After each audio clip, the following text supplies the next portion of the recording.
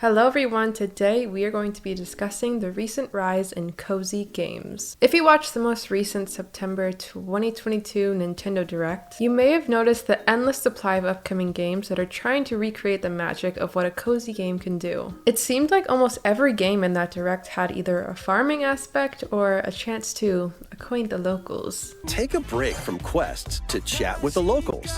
Cultivate your homestead and forge everlasting friendships in this farm simulation RPG as you cultivate a peaceful farm life in the village of Lethe to build character and deepen your relationships with the locals. Restore and expand your farm as you nurture crops. Befriend the townsfolk while you're out and about in the valley. So many casual gamers are so excited to see more companies taking this genre more seriously. Because, well, it hasn't always been this way. And today we're going to be discussing the ins and outs of cozy gaming as a whole, where it started and where we are now. Before we get into this video, I just have a quick little announcement for you guys. I will be finally releasing my second album, Insomniac Dreams, on December 11th. It has been a long time coming and I'm so excited for it to finally be yours. Insomniac Dreams is available for pre-save right now on Spotify and Apple Music. The link to pre-save the album will be in the description. Thank you so much for your continued support, and without any further ado, let's get back to the video. What is a cozy game? Well, it's debatable. While there isn't an official definition of what a cozy or casual game is, it tends to just be any game that is laid back, has little to no combat, a cutesy art style, and a wholesome story to tie it all together. Although some would argue that it's less about the characteristics of a game and more about how the game makes you feel while you're playing it. All in all, these are games that encourage players to take things slow and play at their own pace. The gaming world is constantly changing. What once was an intimidating community all about first-person shooters that make you want to rage quit and throw your controller at a screen is now starting to see a more relaxing side of the community flourish. The rise of cozy or casual gaming has provided a safe space for people who like to unwind by playing video games instead of being riled up. The gaming developers of the world are no longer asking consumers, "What if you had a gun?" but rather, "What if you were a piece of bread?" When you're having just one of those days and you need to take a moment to recoup, you can simply just escape into your favorite cozy world. But it wasn't always this way. In order to get to where we are today, we have to take a look back at how we got here. Now, before we get into this topic, I just want to mention that I will be talking about sex in a very black and white way. So, cisgendered men and cisgendered women. Gender is a social construct. Gender identity is a complex thing. I don't want anyone to feel invalidated if they did or didn't play any of the games that I will mention. So, with that being said, let's talk about misogyny. Historically, the gaming community has been absolutely dominated by intense AAA game titles like GTA, Halo, Final Fantasy, Call of Duty, FIFA, etc. Games like these were marketed specifically for male players since the late 80s and the release of the iconic Nintendo Game Boy. Even consoles themselves were advertised as boys only. And because of this, many male gamers had a very boys rule, girls drool mentality about gaming and who was allowed to play them. Women's lack of interest in gaming is generally attributed to many games' negative portrayal of women, with stereotypical behaviors and over-sexualized depictions of them. A study by Lynch analyzed over 500 games released between 1983 and 2014, which featured playable female characters. These games were randomly sampled from each year, and all of them featured playable female characters. The study revealed that there has been a decrease in sexualization of the female characters since the 1990s. However, female characters were more likely to be portrayed in a secondary role and wearing sexually revealing clothing than male characters.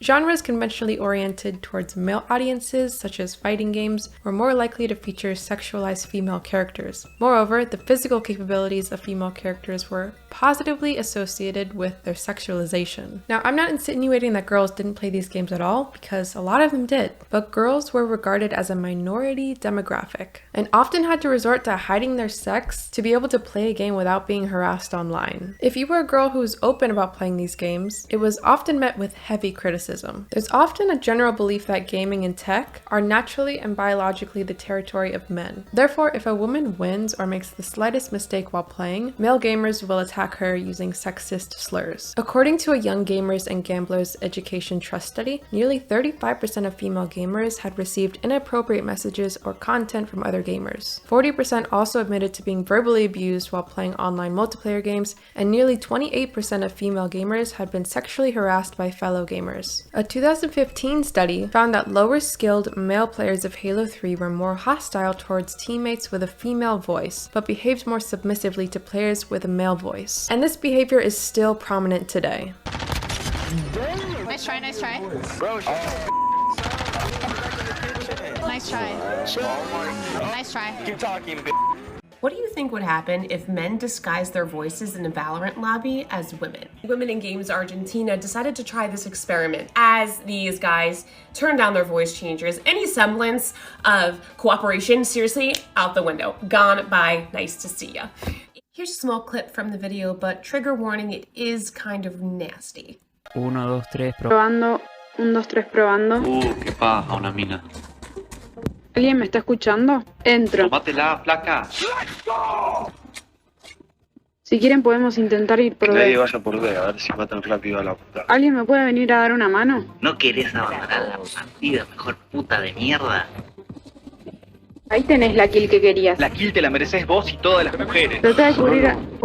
Bueno, Si no te gusta, andate.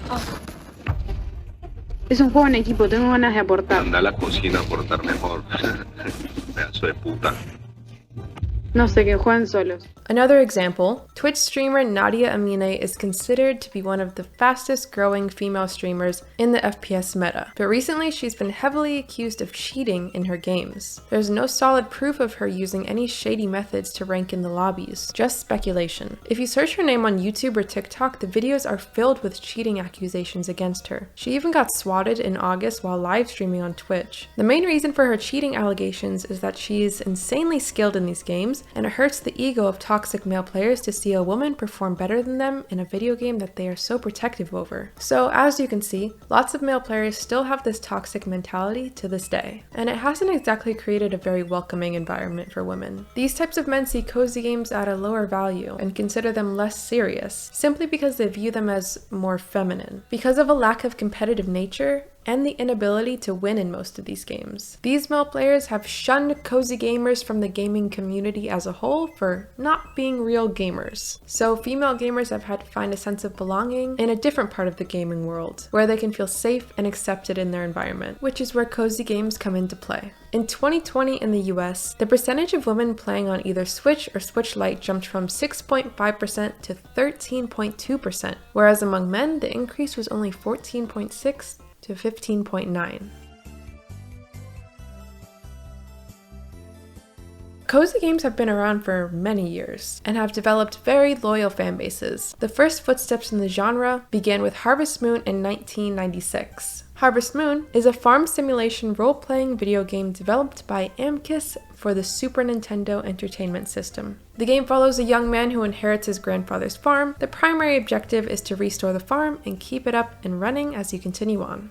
The player decides how to spend their time between daily tasks, such as clearing the land, planting crops, selling harvests, raising livestock, attending festivals, building relationships with villagers, and foraging. Now some of you may be thinking, this sounds familiar. Well, as most of you may know, Harvest Moon was the blueprint for the beloved game Stardew Valley. Without Harvest Moon, there would be no Stardew Valley, which makes it such an important game considering the massive success Stardew Valley has seen. But we'll talk more about Stardew later on. The profitable release of Harvest Moon led to development of a second game in what would become a series, Harvest Moon Game Boy. A third installment, Harvest Moon 64, would also be developed. For nearly the next 2 decades, new Harvest Moon games would be released frequently, at which point new games would be released under the title Story of Seasons due to issues with rights. Harvest Moon is such an adored series that Nintendo will be releasing a remake of Harvest Moon: A Wonderful Life in summer of 2023. As cozy games evolved in the early 2000s, it sort of turned into a niche trend, with video games like Nintendogs, Cooking Mama, My Sims, the original Animal Crossing, and online games like Farmville, Webkins, Club Penguin, Pop Tropica, Stardoll, and so much more. The cozy genre is just now starting to be taken more seriously, as more and more game development companies are seeing just how lucrative this genre can be. It is widely believed that the recent uptick in this genre can be traced back to 2020. After the release of the Switch Lite in 2019, followed by the release of Animal Crossing New Horizons in March 2020, Nintendo's sales boomed. Animal Crossing New Horizons is one of Nintendo's best-selling games of all time, with an astounding 37.62 million copies sold, and 10 million of those copies were sold in Japan alone, making it the #1 best-selling game there. When New Horizons first came out, it was a perfect storm for Nintendo. COVID lockdown had just begun and people were stuck inside with nothing else to do other than wake up every morning, water their flowers, hunt for the dreamy villagers, and be endlessly indebted to Tom Nook. The day-to-day grind offered players an escape to the chaotic and crazy world going on outside their windows. Needless to say, the Animal Crossing community exploded during this time. From people posting their aesthetic island decor online, to content creators building entire empires and cultivating fan bases off of New Horizons. Everyone was having the time of their lives with major monthly updates, celebrating all the in-game holidays, discovering new creative ways to decorate their islands, and so much more. But ever since the Animal Crossing high has dwindled off due to lack of new updates, thanks Nintendo, game developers have been trying to recreate that feeling that Animal Crossing brought to so many of us in the beginning.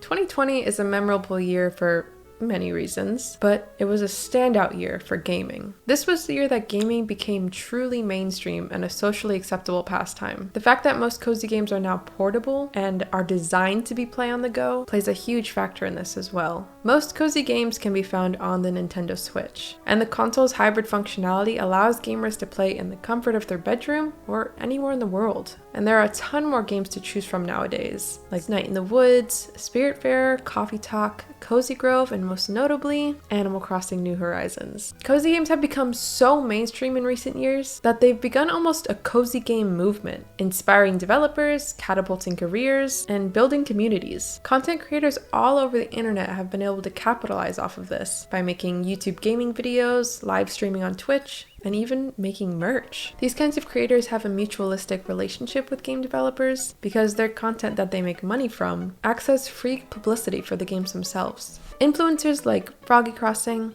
Lista Lass, Lil Simsy, Nintendoc, and many, many more have been able to brand themselves as cozy game content creators and have cultivated loyal fan bases who just love to watch them play games or even play alongside them. Lots of these creators blew up during COVID lockdown, because for some, these creators were the only form of social interaction people could have on a day-to-day basis. Not to mention, back before cozy game content creators became so popular, it was almost embarrassing for casual gamers to admit that they played these kinds of games. But these creators have offered players a sense of companionship and have shown that cozy gaming is nothing to be ashamed about, and it should actually be celebrated.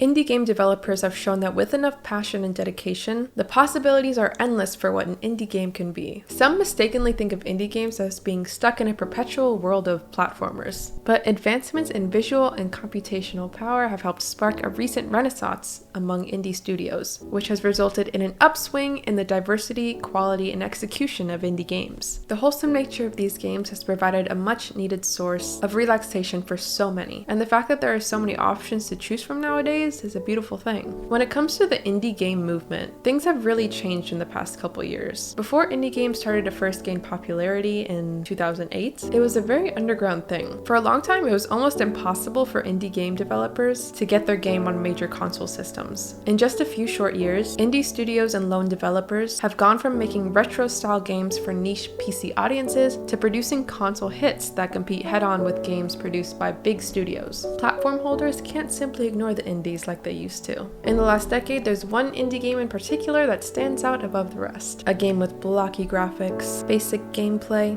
and a simple story, otherwise known as Minecraft. Minecraft came out in 2009 and was the first major success story from an independent game developer and showed how indie games can be just as popular as games made by developers with more resources and more manpower. Minecraft was created by a Swedish programmer known as Notch or Mojang, and to this day, it is the best-selling game of all time. After all of the success, Microsoft purchased Minecraft from Notch in 2017 for over $2 million. Minecraft has won many awards and has been called one of the most important games of the decade by several acclaimed reviewers. In 2016, independent game developer Concerned Ape, also known as Eric Barone, released the beloved farming simulator Stardew Valley. Like I mentioned earlier, Stardew Valley was heavily inspired by Harvest Moon, and it was a massive success with a whopping 20 million copies sold. Its simplistic yet compelling gameplay gives gamers the freedom to do what they want, whether that's getting to know the townsfolk, exploring the different areas around the map, or tending to their farm. Barone has stated that Stardew Valley actually started out as a Harvest Moon clone just to teach himself how to code, before it slowly evolved into what it is today. Barone said he had grown up spending countless hours playing Harvest Moon and is a huge Harvest Moon fan,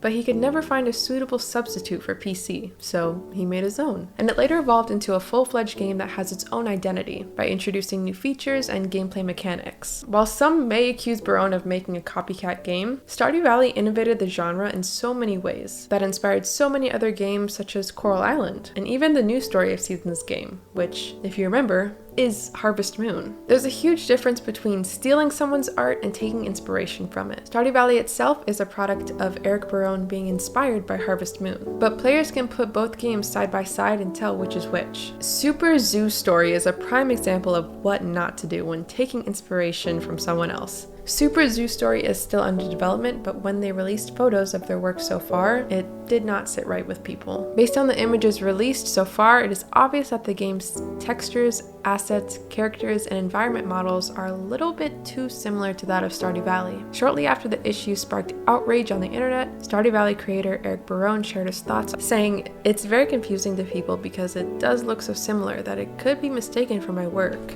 The developers of Super Zoo Story have stated that they will be rectifying this issue and reworking the game, though how drastic the changes will be remains to be seen, as the game still has not been released as of making this video.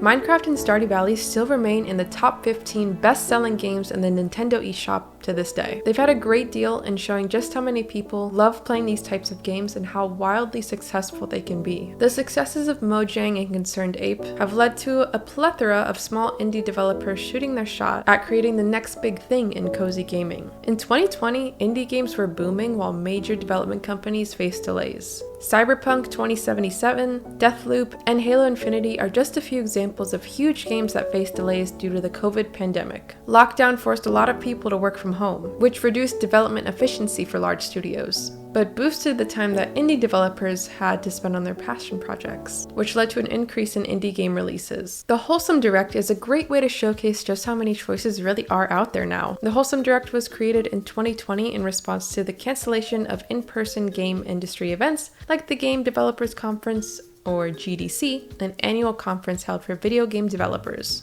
The Wholesome Direct Showcase shines a spotlight on new and upcoming games that are uplifting, thoughtful, and, well, wholesome. This Direct is a prime example of how we have transformed the way we look at and play video games in an attempt to adapt to the psychological stress of a global pandemic. And the aftermath has since been a sincere attempt at trying to expand upon this genre and see just how far it can go.